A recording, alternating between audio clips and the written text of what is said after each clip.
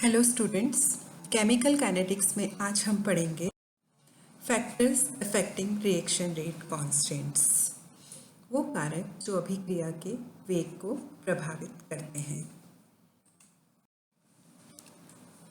काफ़ी सारे फैक्टर्स हैं जो रेट ऑफ रिएक्शन को प्रभावित करते हैं, लेकिन कुछ इम्पॉर्टेंट हैं जो हम यहाँ डिस्कस करेंगे। सबसे पहला है नेचर ऑफ द रिएक्टेंट्स, अभिकारकों की प्रकृति। तो उसके लिए आप ये एग्जाम्पल देखिए, KMnO4 को Fe2+ आयंस और यहाँ KMnO4 को ऑक्सिलेट आयंस दोनों डिक्लोराइज करते हैं। दोनों की प्रेजेंस में ऑक्सीडेशन होता है और कलरलेस हो जाता है KMnO4। लेकिन कौन सी रिएक्शन फास्ट है और कौन सी स्लो है, ये आप खुद अंदाज़ा लगा सकते हैं। यहाँ रिएक्शन हो रही है Fe2+ आयंस से और इधर रिएक्शन हो रही है ऑक्सिलेट आयंस से। तो यहाँ पर ऑक्सिलेट के केस में बॉन्ड्स टूटेंगे और नए बॉन्ड्स बनेंगे। तो बॉन्ड टूटने के लिए अगर ज़्यादा एनर्जी की आवश्यकता होती है तो वो रिएक्शन स्लो होती है। तो इस तरह ये रिएक्शन स्लो होगी और ये वाली रिएक्शन फास्ट होगी। तो वो रिएक्शंस जिसमें आयंस इन्वॉल्व हैं, डायरेक्ट कॉम्बिनेशन है, those reactions they are fast reactions. दूसरा है कंसंट्रेशन ऑफ द रिएक्टेंट्स, अभिकारकों की सांद्रता। ये हम पढ़ चुके हैं पहले भी कि rate of reaction is directly proportional to the concentration of reactants, जो कि हमने लॉ ऑफ मास एक्शन में पढ़ा है कि रेट ऑफ रिएक्शन अभिकारकों की सांद्रता के समानुपाती होता है। तो हम देखते हैं जैसे जैसे टाइम बीतता जाता है रिएक्टेंट्स की कंसंट्रेशन कम होती जाती है। यहाँ एग्जांपल 100 ग्राम्स है, तो धीरे धीरे यहाँ आते आते वो कंसंट्रेशन टाइम के साथ साथ 10 ग्राम्स हो जाएगी। तो टाइम के साथ साथ रिएक्टेंट की कंसंट्रेशन कम होगी, तो रेट ऑफ रिएक्शन भी टाइम के साथ साथ कम होता जाता है। जैसे हम एग्जाम्पल देखते हैं, बारिश के दिनों में लोहे पे जंग जल्दी लगता है क्योंकि वाटर वेपर्स की मात्रा अधिक होती है, कंसंट्रेशन ऑफ रिएक्टेंट ज़्यादा है, तो जल्दी से वो अभिक्रिया होगी रस्टिंग ऑफ आयरन की। अब आते हैं हम टेम्परेचर ऑफ द सिस्टम। इसके लिए मैं आपका एक लेक्चर ले चुकी हूँ, effect of temperature on rate of reaction and activation energy. तो आप वहाँ भी देख सकते हो। और जैसा कि देखा गया है, 10 डिग्री टेम्परेचर बढ़ाने से रेट ऑफ रिएक्शन दुगना या तिगुना हो जाता है, क्योंकि और इसे कहते हैं टेम्परेचर कोफिशिएंट। अब ऐसा क्यों होता है? आप ये देख चुके हैं थ्रेशोल्ड एनर्जी, कि किसी भी रिएक्शन को होने के लिए उन रिएक्टेंट के पास थ्रेशोल्ड एनर्जी होनी चाहिए। और जिन मॉलिक्यूल्स के पास थ्रेशोल्ड एनर्जी से, इधर काइनेटिक एनर्जी है, इस एनर्जी से अधिक एनर्जी जिसके पास होगी वही प्रोडक्ट में चेंज होगी, बाकी मॉलिक्यूल्स इधर ही रह जाएंगे, वो प्रोडक्ट में नहीं बदलेंगे, सिर्फ वही अणु बदलेंगे, ये वाले सिर्फ इधर वाले, जिनके पास एनर्जी थ्रेशोल्ड एनर्जी से अधिक है वही प्रोडक्ट में बदलेंगे। तो टेम्परेचर से क्या होता है, ये आप देख रहे हैं, इतनी एनर्जी होनी चाहिए रिएक्टेंट के पास, तभी वो प्रोडक्ट में बदलेंगे। और रिएक्टेंट्स के पास खुद के पास जो एनर्जी होती है उसको कहते हैं average internal energy of reactants. उनको एक्स्ट्रा एनर्जी चाहिए होती है, ये इधर, उसको कहते हैं एक्टिवेशन एनर्जी। तो जो ये एनर्जी बैरियर क्रॉस कर जाएंगे जो रिएक्टेंट मॉलिक्यूल्स, वही प्रोडक्ट में चेंज हो पाएंगे।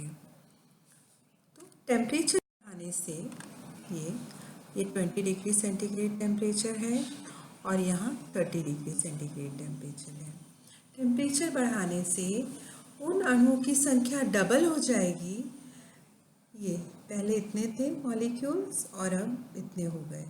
The number of molecules which possess energy more than threshold energy becomes double. Temperature बढ़ाने से उन अणुओं की संख्या बढ़ जाती है जिनकी एनर्जी थ्रेशोल्ड एनर्जी से ज़्यादा है। तो इसीलिए रेट ऑफ रिएक्शन दुगना या तिगना हो जाता है। आपने कई खुद भी देखा होगा, कई बार जब आपकी कोई रिएक्शन नहीं हो पा रही तो आप गर्म करने अपने आप ऑटोमेटिकली आप गर्म करने लग जाते हैं, क्योंकि आपको पता है हम इसको गर्म करेंगे तो रिएक्शन फास्ट होगी। क्यों? क्योंकि उनका कोलिजन होता है मॉलिक्यूल्स का जिनकी रिएक्शन हो रही है, और गर्म करने से उनके पास एनर्जी आ जाती है ताकि वो थ्रेशोल्ड एनर्जी के बैरियर को क्रॉस कर सके। अब हम आते हैं नेचर ऑफ सॉल्वेंट्स पे। दो मॉलिक्यूल्स में रिएक्शन हो रही है और जो प्रोडक्ट है अगर वो आयनिक प्रकृति का है, अगर हम उसको सॉल्वेंट में रखेंगे जो पोलर सॉल्वेंट होगा तो रिएक्शन फास्ट होगी, और अगर वो नॉन पोलर सॉल्वेंट में रिएक्शन हम करवाने जा रहे हैं, उसकी बेंजीन में हमने रिएक्शन करा दी तो वो रिएक्शन स्लो होगी। तो पोलर डिज़ोल्व पोलर या लाइक डिज़ोल्व लाइक आप पढ़ चुके हैं, आपको ये भी आइडिया होगा पोलर क्या है, नॉन पोलर, अभी तक थर्ड ईयर में आप आ गए, पोलर नॉन पोलर क्या है। तो वाटर एक इम्पॉर्टेंट एग्जाम्पल है पोलर सॉल्वेंट्स का। आयनिक सब्सटेंस जितने भी हैं, आयनिक अगर प्रोडक्ट कोई बन रहा है तो वो वाटर में होगा तो रिएक्शन फास्ट है, और नहीं होता अगर किसी बेंजीन में होता है तो स्लो होगी। नेक्स्ट है प्रेजेंस ऑफ रेडिएशन, विकिरणों का प्रभाव। अब प्रेजेंस ऑफ रेडिएशंस उन्हीं रिएक्शंस के लिए इम्पॉर्टेंट है जो रिएक्शन लाइट की प्रेजेंस में हो रही हैं, जैसे फोटोसिंथेसिस। फोटोसिंथेसिस फास्ट होगा जब लाइट की प्रेजेंस ज़्यादा होगी। उसी तरह आप H2 और Cl2 की रिएक्शन लेते हो, H2Br2 की रिएक्शन लेते हो जो रेडिएशंस या लाइट की प्रेजेंस में हो रही है। तो अगर रेडिएशन ज़्यादा हैं जिस दिन, और या हम ज़्यादा रेडिएशन दे रहे हैं तो वो रिएक्शन फास्ट होगी। नेक्स्ट इम्पॉर्टेंट है प्रेजेंस ऑफ कैटलिस्ट। अब कैटलिस्ट क्या है? जो कि रेट ऑफ रिएक्शन को इंक्रीज कर देते हैं विदाउट देमसेल्फ बीइंग चेंज्ड। वो जो अभिक्रिया के वेग को बढ़ा देते हैं लेकिन वो खुद अपरिवर्तित रहते हैं, उनमें कोई चेंज नहीं होता। वो स्पेसिफिक होते हैं, किसी रिएक्शन के लिए एक पर्टिकुलर कैटलिस्ट ही काम आता है। तो वो रिएक्शन को कैसे बढ़ाते हैं ये हम देखते हैं। ये रिएक्शन है जो अनकैटलाइज्ड है और ये रिएक्शन है कैटलाइज्ड है। Catalyst increase the rate of reaction by decreasing the activation energy of the reaction, क्योंकि वो अभिक्रिया के पाथ को चेंज कर देते हैं। इस पाथ से हो रही है रिएक्शन, उसके अंदर ज़्यादा एक्टिवेशन एनर्जी की ज़रूरत हो रही है, और उन्होंने कैटलिस्ट ने क्या कर दिया, उसका पाथ ही चेंज कर दिया, पथ परिवर्तित कर दिया। और वो जो पाथ था, जो वो रास्ता था, वो कम ऊर्जा से गुजरता था, वहाँ पर एक्टिवेशन एनर्जी की ज़रूरत कम थी, तो इसीलिए रिएक्शन फास्ट होती हैं। तो कैटालिसिस पे एक अलग से भी नोट आता है लिखने को कि how catalyst they change the rate of reaction. तो उसमें आप पहले डेफिनेशन बताओगे व्हाट आर कैटलिस्ट, फिर आप कुछ एग्जाम्पल भी दे सकते हो, जैसे अमोनिया की सिंथेसिस का एग्जाम्पल दे दिया, और भी ये एग्जाम्पल है, कोई भी आप एग्जाम्पल भी दे सकते हो।